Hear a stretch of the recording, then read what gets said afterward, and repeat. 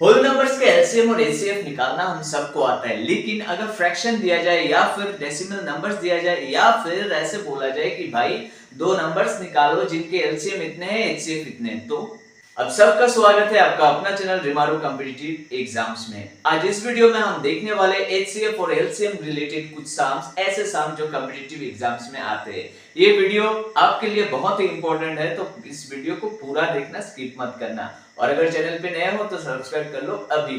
First question आप देख सकते हो आपकी स्क्रीन पर, जिसमें बोला गया है कि भाई इन तीनों का एलसीएम निकालो। ठीक है, तो उस केस में देखो होल नंबर का एलसीएम सबको निकालना आता है, एलसीएम बोलो या एचसीएफ बोलो। सीधा सीधा ऐसे करके लाइन खींचना है, ऐसे करके लाइन खींचना है और जो नंबर दिए गए वो नंबर लिख लो और बस कैलकुलेट कर लो। लेकिन अगर आपको फ्रैक्शन दिया जाए तो उस केस में कैसे करोगे? देखो ध्यान रखना है एक चीज, हमें एलसीएम लेना है, करेक्ट, एलसीएम लेना है। तो उस केस में हम क्या करेंगे, एलसीएम इसका लेना है ना, ये जो तीनों फ्रैक्शन है क्या है, 10/3 और 5/7 और 15/21। जब एलसीएम का केस हो तो हम क्या करेंगे, ऊपर लिखेंगे एलसीएम, नीचे लिखेंगे एचसीएफ। हमें करना क्या है एक्चुअली सॉरी, ऊपर जो है, ऊपर वाले जो नंबर्स है उनको लिखेंगे। ठीक है, आप डायरेक्टली मन ही मन कर सकते हो, ऐसे लिखने की कोई जरूरत नहीं है, आपको समझाने के लिए मैं दिखा रहा हूं। एलसीएम इसका निकालना है तो ऊपर क्या करेंगे, एलसीएम ले लेंगे, ऊपर सारे जितने भी नंबर्स है ये लिख दिया, और नीचे क्या है, इन तीनों का एचसीएफ लेना है। ठीक है, अब एलसीएम इन तीनों का कितना आता है, एलसीएम 30 आता है, और इन तीनों का एचसीएफ कितना आता है, 1। अब उम्मीद करता हूं कि एलसीएम और एचसीएफ निकालना आपको आता होगा, लेकिन फिर भी ये यहां से मैं 30 कैसे मिला, मुझे फाइनल आंसर है 30, ये हो गया हमारा करेक्ट आंसर। लेकिन यहां से हमें 30 कैसे मिला, 10 5 ऐसे करते हैं ना, 10 5 15 एलसीएम लेते हैं, 5 से करो 2 1 3, जिससे भी डिवाइड होता है ये तीनों नंबर हम देखेंगे, वो नंबर लेंगे, लिया हमने 2 5 3। अब मल्टीप्लाई किया सारा तो आ गया 30। नीचे क्या है, एचसीएफ थी 3 7 और 21। इन तीनों के बीच अगर देखें, तीनों ऐसा कोई नंबर नहीं है जिससे डिवाइड हो सकते हैं। कॉमन फैक्टर क्या है इन तीनों में, कॉमन फैक्टर है 1 ही है, तो इस वजह से इन तीनों का जो है एचसीएफ 1 है। ठीक है, तो फाइनल आंसर कितना हो गया, 30 हो गया। तो आगे से अगर फ्रैक्शन वाला आपको एलसीएम या एचसीएफ मिले तो घबराना नहीं। अब देखो ये एलसीएम का केस था, अगर एचसीएफ बोला जाता, अगर बोला जाता भाई इन तीनों का एचसीएफ निकालो, इन तीनों का एचसीएफ निकालो, ठीक है, ये तीनों नंबर है, फ्रैक्शंस है, एचसीएफ निकालो, तो एचसीएफ के केस में हम क्या करेंगे, एचसीएफ ऊपर लेंगे, नीचे लेंगे एलसीएम, और नंबर्स क्या आएगा, वही आएगा जो ऊपर वाला नंबर है 10 5 और 15, और नीचे आएगा ये एलसीएम 3 7 21। अब इस केस में अगर आंसर मैं बोलूं, आपसे पूछूं कि क्या हो सकता है आंसर अगर एचसीएफ, इस यहाँ एचसीएफ हो तो ऊपर एचसीएफ के केस में ऊपर भी एचसीएफ ही होगा, उन तीनों का एचसीएफ क्या है, 5 है, और इन तीनों का एलसीएम कितना है, एलसीएम 3 7 21 का एलसीएम 21 है। तो ये आ गया एचसीएफ के केस में, ये आंसर आ गया। तो ऐसे वाले क्वेश्चन आए अगर एग्जाम में तो ध्यान रखना है। नेक्स्ट क्वेश्चन ले लेते हैं। अब जो क्वेश्चन आप देख पा रहे हो, इसमें पूछा गया है कि भाई इन तीनों का एचसीएफ क्या है। ये डेसिमल नंबर्स है, अब डेसिमल नंबर्स का एचसीएफ क्या है। होल नंबर्स के तो एचसीएफ आपने निकाला होगा, आपको पता भी है, लेकिन डेसिमल नंबर के केस में कैसे करें। देखो डेसिमल के केस में हम क्या करेंगे, पहले तो जो नंबर है उनको हम उनसे नंबर से जो है डेसिमल पॉइंट हटाएंगे। ठीक है, डेसिमल पॉइंट हटाएंगे, अगर इससे अगर हटाएंगे तो ये हो जाएगा 25/10, इसको हटाएंगे तो 625/100। ठीक है, डेसिमल के बाद 2 पॉइंट है इसलिए 1 देंगे, 2 0, यहाँ क्या है 125/100। अब इसको कटिंग करेंगे 5 से 5 2 स्मॉलेस्ट फॉर्म में अगर ले आएंगे, 25 से कट करेंगे तो 25 और 4, 25 से करेंगे 5 और 25 से करेंगे 4। तो अल्टीमेटली हमारे पास ये जो डेसिमल नंबर्स दिए हुए हैं, इनसे हमें क्या मिला, ये फ्रैक्शनल नंबर्स मिला है, फ्रैक्शनल नंबर्स। और फ्रैक्शनल नंबर्स का कैसे निकाला जाता है एलसीएम एचसीएफ, ये हमने ठीक उससे पहले वाले क्वेश्चन में दिखाया था। अब फिर भी एक बार कर लेते हैं। एचसीएफ मतलब अल्टीमेटली इनका एचसीएफ निकालना है, मतलब इनका एचसीएफ निकालना है। ठीक है, तो एचसीएफ निकालना है। एचसीएफ के केस में क्या मैंने बोला था, मैंने बोला था कि HCF जब हो तो ऊपर भी HCF ही लिखना है। अब HCF किसका करना है, ऊपर जितने भी नंबर्स है, तो HCF किसका करना है, HCF करना है 5, 25 और 5 का, ठीक है। और नीचे क्या करना है, LCM करना है किसका, 2, 4 एंड 4 का, ठीक। HCF ऑफ 5, 25, 5, इन तीनों में HCF देखने से ही पता चल रहा है 5 है HCF, कॉमन फैक्टर 5 हो गया। अब नीचे क्या है, LCM, इन तीनों में से अगेन देखने से पता ही चल रहा है 4 है LCM, आप चाहो तो लेके देख सकते हो, तो 5/4 आ गया आंसर, मतलब करेक्ट आंसर हो गया ये। अब इस केस में सेम अगर आपको एलसीएम बोला जाए तो ऐसे ही करना है, डेसिमल फॉर्म में सॉरी फ्रैक्शनल फॉर्म में कन्वर्ट करना है, फ्रैक्शन में लाना है आपको, और फिर एलसीएम का जो हमने फर्स्ट सम में किया था वैसे ही करना है। एलसीएम के केस में ऊपर एलसीएम नीचे एचसीएफ, नंबर्स वैसे ही है जैसे लिखा है मैंने वैसे ही रहेंगे, बस एलसीएम एचसीएफ कहां बैठता है वो दिशा देखना है। एच से ऊपर है तो ऊपर आएगा, एलसीएम अगर निकालना है तो यहाँ भी ऊपर ही एलसीएम ही आएगा, ठीक है। अब ले लेते हैं नेक्स्ट क्वेश्चन। अब जो क्वेश्चन आप देख रहे हो ये बहुत ही इंटरेस्टिंग है, जिसमें बोला गया है दो नंबर की एचसीएफ जो है 23 है, और उन दोनों नंबर की जो एलसीएम है ना, एलसीएम के दो और फैक्टर है 13 और 14। तो इससे क्या समझ में आता है, दो और फैक्टर, इसका मतलब 13 और 14 के अलावा भी फैक्टर है, तो वो कौन सा फैक्टर है, वो अगर हम आइडिया कर लेते हैं तो फिर हमारा नंबर्स भी निकल जाएगा। तो क्वेश्चन में ये बोला गया है कि लार्जर नंबर, दोनों नंबर, जिन दोनों नंबर के बारे में इस क्वेश्चन में डिस्कस करा जा रहा है, या जिन दोनों नंबर के एचसीएफ और एलसीएम के बारे में बोला जा रहा है, उन दोनों नंबर में से बड़ा नंबर कौन सा है। तो इसको निकालने के लिए पहले तो एक चीज समझ लेते हैं हम, ये समझना बहुत ही जरूरी है। जैसे मान लो मैं यहाँ 3, 12 और 24, 18 ले लेता हूँ, ठीक है। 3, 12 और 18 ये मैंने तीन नंबर लिया है, ठीक है। थोड़ा सा बड़ा ले लेता हूँ एक और, 6, 12 और 18 ये मैंने नंबर लिया है। अब इन तीनों का जो है हमें एलसीएम और एचसीएफ निकालना है, ठीक है। पहले एलसीएम और एचसीएफ निकालो, क्यों, ये इससे रिलेटेड, ये मैं समझा रहा हूँ ताकि इसी से आपको मतलब समझ में आ जाएगा एक्चुअली यहाँ करना क्या है। ये इस मैथ से रिलेटेड नहीं है, मैंने ऐसा ही कुछ फिगर्स लिया है समझाने के लिए, ठीक। तो ये आ गया 3, 18, 2, 9, 3, 3, ठीक है, ये आ गया। अब यहाँ क्या है, 6 की जगह हम लिख सकते हैं 2 into 3, ठीक। 12 की जगह हम लिख सकते हैं 2 into 2 into 3, और 18 की जगह हम लिख सकते हैं 2 into 3 into 3, ये लिख सकते हैं हम। अब एलसीएम और एचसीएफ निकालने का क्या फॉर्मूला है, मतलब कैसे निकालते हैं। देखो एचसीएफ क्या करते हैं हम, एचसीएफ जो कॉमन है उसी को ले लेते हैं एचसीएफ, ठीक है। ये कॉमन 3 आया और कुछ आया, अच्छा 2 भी है, ये 2 भी है, ठीक है। 3 into 2 मतलब क्या हो गया, 6 आ गया हमारा एचसीएफ, ठीक है। 3 और 2 आया, 3 कॉमन भी है और 2 भी कॉमन है, तो इसलिए आ गया।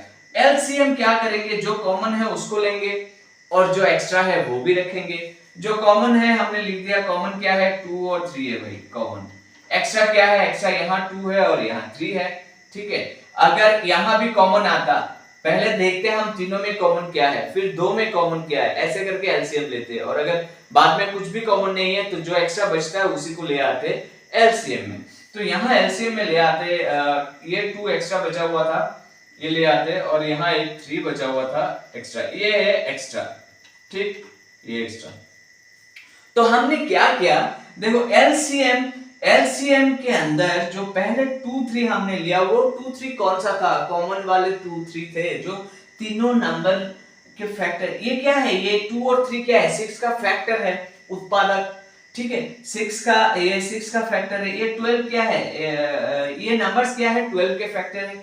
ये नंबर्स क्या है, इसके फैक्टर्स है, इसके फैक्टर्स। तो फैक्टर में से हमने कॉमन लिया, एचसीएफ आया ये 3 into 2, और जो कॉमन आया वो तो एलसीएम में भी आता है ना, जो एक्चुअली एचसीएफ में हमने कॉमन लेके किया है, और वही कॉमन चीज तो पहले हम एलसीएम में डालते हैं, उसके बाद जो एक्स्ट्रा होता है वो हम एलसीएम में डालते हैं। इससे क्या समझ में आता है, इससे ये समझ में आता है कि एलसीएम जो है ये इसके अंदर एचसीएफ के अंदर होता है, मतलब ये जो फर्स्ट वाला 2 और 3 यही एलसीएम एचसीएफ है। हम अगर ऐसे लिख दे, इसको कंफ्यूज मत होना, ऐसे 2 कॉमन था और 3 भी कॉमन था इसमें एचसीएफ के केस में, ठीक है, 6 हो गया। अब सेम चीज हम यही स्टेप एलसीएम में करते हैं ना, पहले कॉमन वाला लिखते हैं फिर एक्स्ट्रा, तो कॉमन वाला जो है वो तो HCF है ना भाई।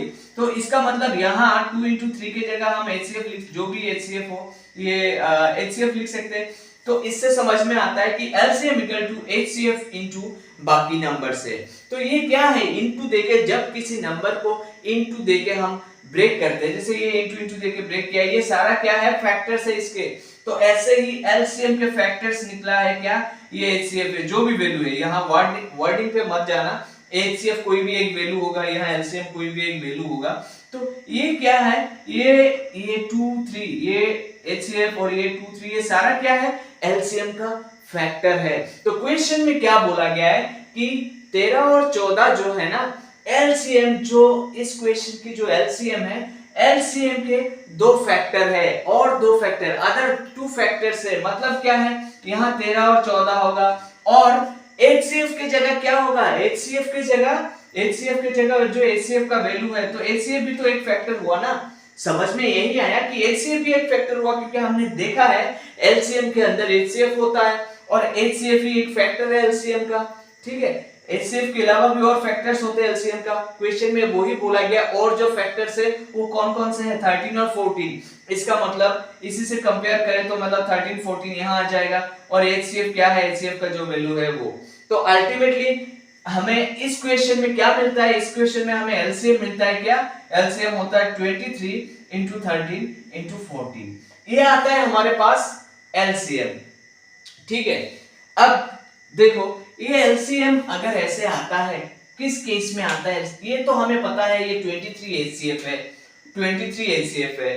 तो ये 13 और 14, इसका मतलब दो नंबर ऐसे होंगे, समझो सॉरी, नंबर वन, दो नंबर का हमने लिया है, नंबर 1 नंबर 2, दो नंबर के बारे में यहाँ डिस्कस करा जा रहा है। तो नंबर 1 में 23 तो होगा ही, इसमें भी 23 होगा फॉर श्योर। ठीक है, क्योंकि HCF है ना, तो दोनों नंबर में से 23 निकलना चाहिए, कॉमन निकलना चाहिए। HCF तो कॉमन निकलता है, जो वही HCF है, मतलब ये 23 दोनों नंबर से निकलना चाहिए, ये हमने लिख दिया। और एक्स्ट्रा क्या होगा भाई, तो अब इसके लिए आप इसके ऊपर ध्यान दो। LCM कैसे निकलता है, जो कॉमन है वो आता है, उसके बाद जो एक्स्ट्रा है वो आता है। तो एक्स्ट्रा क्या है, 13 और 14 यहां लिख सकते हैं, 13 और 14 यहां लिख सकते हैं। अब आपको ये अगर लग रहा है कि भाई 13 क्यों हम दो जगह ना लिखे, क्यों यहाँ दो जगह 14 ना लिखे, अगर दोनों जगह 13 और दोनों जगह 14 लिखते हैं तो क्या होता, देखो दोनों नंबर में से 13 कॉमन आ जाता, तो ये HCF कहलाता, मतलब HCF में ही आ जाता। 23 के अलावा 13 भी आ जाता, तो 23 और 13 मल्टीप्लाई हो जाता है, तभी वो HCF होता। अब 14 भी अगर कॉमन होता दोनों नंबर में, तो 14 भी HCF के अंदर आ जाता। ठीक है, तो अल्टीमेटली ये 23 तो रहता नहीं ना HCF, बड़ा सा कुछ नंबर हो जाता है। तो इसका मतलब क्या है, ये 13 और 14 एक जगह दोनों है नहीं, अलग अलग जगह है। तो एक फैक्टर यहाँ हो गया, एक यहाँ। अब देखो इन दोनों नंबर का आप अगर LCM लोगे तो क्या आता है, दोनों में से कॉमन ये आ गया और जो बाकी बचा जो चीज है वो यहाँ आ गया। तो इससे यही समझ में आ गया ना कि LCM के जो अदर 2 फैक्टर है 13 और 14, यहाँ क्वेश्चन में बोला गया है बाकी दो जो फैक्टर है 13 और 14, और एक फैक्टर तो ऑलरेडी कौन सा है, HCF है, जो दिया गया है 23। तो यही इस टाइप के सामने आपको ध्यान में रखना है क्या, जब भी ये ध्यान में रखना है HCF जो होता है ना वो LCM का एक फैक्टर होता है। तो अल्टीमेटली हमने ये निकाला है ना दोनों नंबर। अब हम क्या करेंगे, मल्टीप्लाई करेंगे, जो भी बड़ा, ऑब्वियसली देखने से लग रहा है ये बड़ा है तो हमें बड़ा नंबर निकालना है ना। तो अल्टीमेटली आंसर क्या करेंगे हम, 4 पूरा अगर मल्टीप्लाई करना नहीं है, मतलब डायरेक्टली आप देख सकते हो 4 और 3 मल्टीप्लाई करो, 3 4 जा 12, 12 कितना आता है, राइट साइड में 2 आता है ना, 2 वाला कौन सा है, ये है, इसको आंसर क्लिक कर दो, बस हो गया। अब पूरा मल्टीप्लाई कर सकते हो, मल्टीप्लाई करने पे ये आएगा। तो फटाक से आप कैसे करोगे, यूनिट डिजिट मल्टीप्लाई करो, 3 4 जा 12 होता है, तो मतलब राइट साइड में क्या आ गया, 2 आएगा, फर्स्ट प्लेस यूनिट प्लेस में 2 आएगा, तो ये 2 वाला तो यही एक ही ऑप्शन बचा है। अगर मान लो 2 वाला दो ऑप्शन आता है, यहाँ भी 2 होता, तो आप क्या करते, तब जाके आप पूरा मल्टीप्लाई करते। ठीक है, स्टार्टिंग में अगर पूरा मल्टीप्लाई करो कोई दिक्कत नहीं है, मैं तो टाइम बचाने के लिए कह रहा हूं आपको। ठीक, तो अब आते हैं नेक्स्ट क्वेश्चन। अब ये जो क्वेश्चन है इसमें 3 नंबर्स के रेशियो दिए गए हैं, आपको क्या निकालना है, इन तीनों नंबर्स के एचसीएफ निकालना है। तो एचसीएफ निकालने के लिए पहले तो जरूरी है कि वो नंबर्स क्या है वो निकालो, ठीक है। तो पहले जो रेशियो दिया हुआ है, हम क्या करते थे जूनियर क्लासेस में, जैसे ही रेशियो का सम होता था तो हम क्या कर लेते थे, एक्स उसके साथ जोड़ देते थे। जैसे मान लो डिवाइड कोई पैसे मान लो डिवाइड ₹1000 बिटवीन जदू and Madhu in the ratio 4:5, तो उसमें क्या करते थे 4x और 5x लेके, जदू और मधु का जो हिस्सा है 4x 5x लेके हम स्टार्ट, या 4 के 5 के लेके ऐसे स्टार्ट कर देते थे सब। तो ऐसे ही तीन नंबर्स के रेशियोज दिए हुए, तो तीनों नंबर ले लेते, एक 3x है, एक 4x है और एक 5x है, तीन नंबर है, ठीक है, क्योंकि तीनों के बीच ये रेशियो है, तीन नंबर हमने ले लिया। अब क्या करना है, इनका एलसीएम ऑलरेडी दिया हुआ है, तो हम क्या करते हैं, यहाँ से एलसीएम लेते हैं। अगर एलसीएम लेंगे तो क्या कॉमन है, जब भी ऐसे कोई नंबर आपको मिलता है ना 3x, समझ लेना कि 3 into x है, 4x है 4 into x, ठीक है, a b है, इसका मतलब a into b। मैथ्स में यही मीन करता है, अगर कोई साइन नहीं है, ठीक है, अगर बीच में कोई साइन नहीं है समझ लेना इनटू है।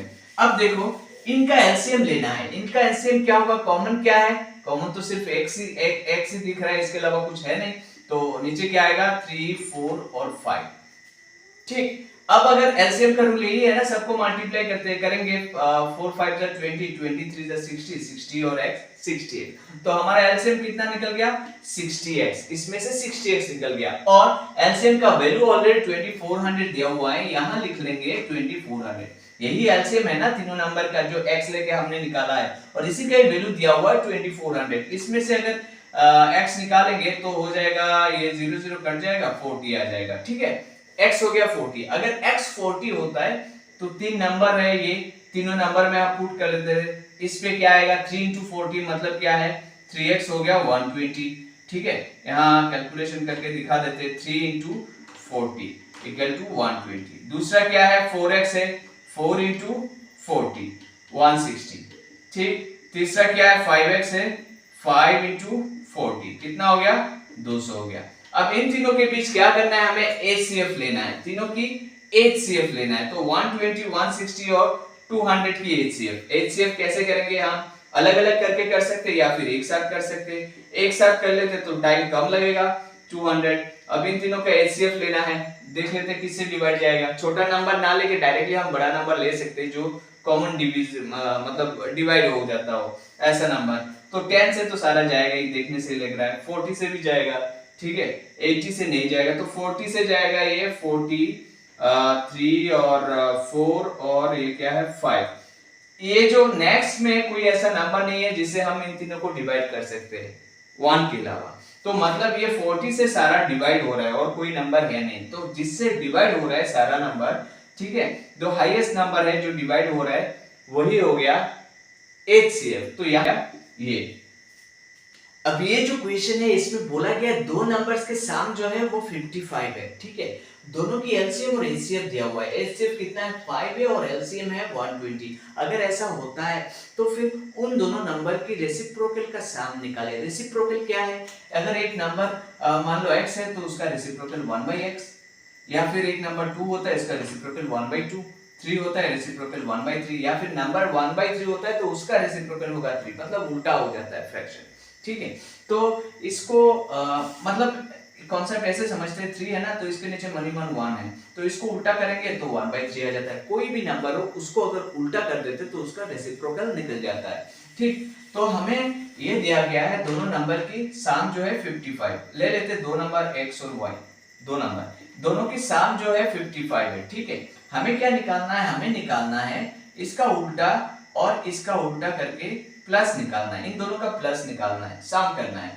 तो इसका एलसीएम ले लेंगे तो ये आ जाता है हमारे पास, ये y प्लस x का वैल्यू ऑलरेडी है, ये है 55, हम ऊपर लिख लेंगे, नीचे xy का वैल्यू। अब xy क्या है, ये दोनों नंबर है, मतलब प्रोडक्ट ऑफ द नंबर्स। अब इसका वैल्यू हम कहां से निकाले, एक फॉर्मूला है एलसीएम और एचसीएफ का, LCM into HCF equal to product of the numbers, product of the numbers, ठीक है, product of the numbers. Numbers कौन कौन से हैं, x और y, ये दोनों नंबर है, x और y दो नंबर है। एलसीएम क्या है, एलसीएम है 5 और एचसीएफ कितना है, एचसीएफ है 120। तो प्रोडक्ट ऑफ द नंबर्स का वैल्यू कितना आएगा, 5 into 120 मतलब 600। तो करेक्ट आंसर हो गया 55/600 ये। ठीक, तो होप ये सारे जो सम्स इस वीडियो में आपको दिखाया है, जो भी क्वेश्चंस हमने लिया है सारा ही देखो, इस टाइप के क्वेश्चंस तो ऑलरेडी आ चुके हैं एग्जाम में, तो ऑब्वियसली आपके लिए तो इम्पोर्टेंट होगा ही। तो अगर सम का कोई भी पार्ट ऐसा हो जो समझ में ना आए, दोबारा उस वीडियो को देखो, उसके बाद भी कुछ समझ में ना आए तो कमेंट बॉक्स में आप कमेंट डालो, मैं पर्सनली उसका रिप्लाई जरूर करूंगा। अगर वीडियो पसंद आए तो लाइक शेयर जरूर करना।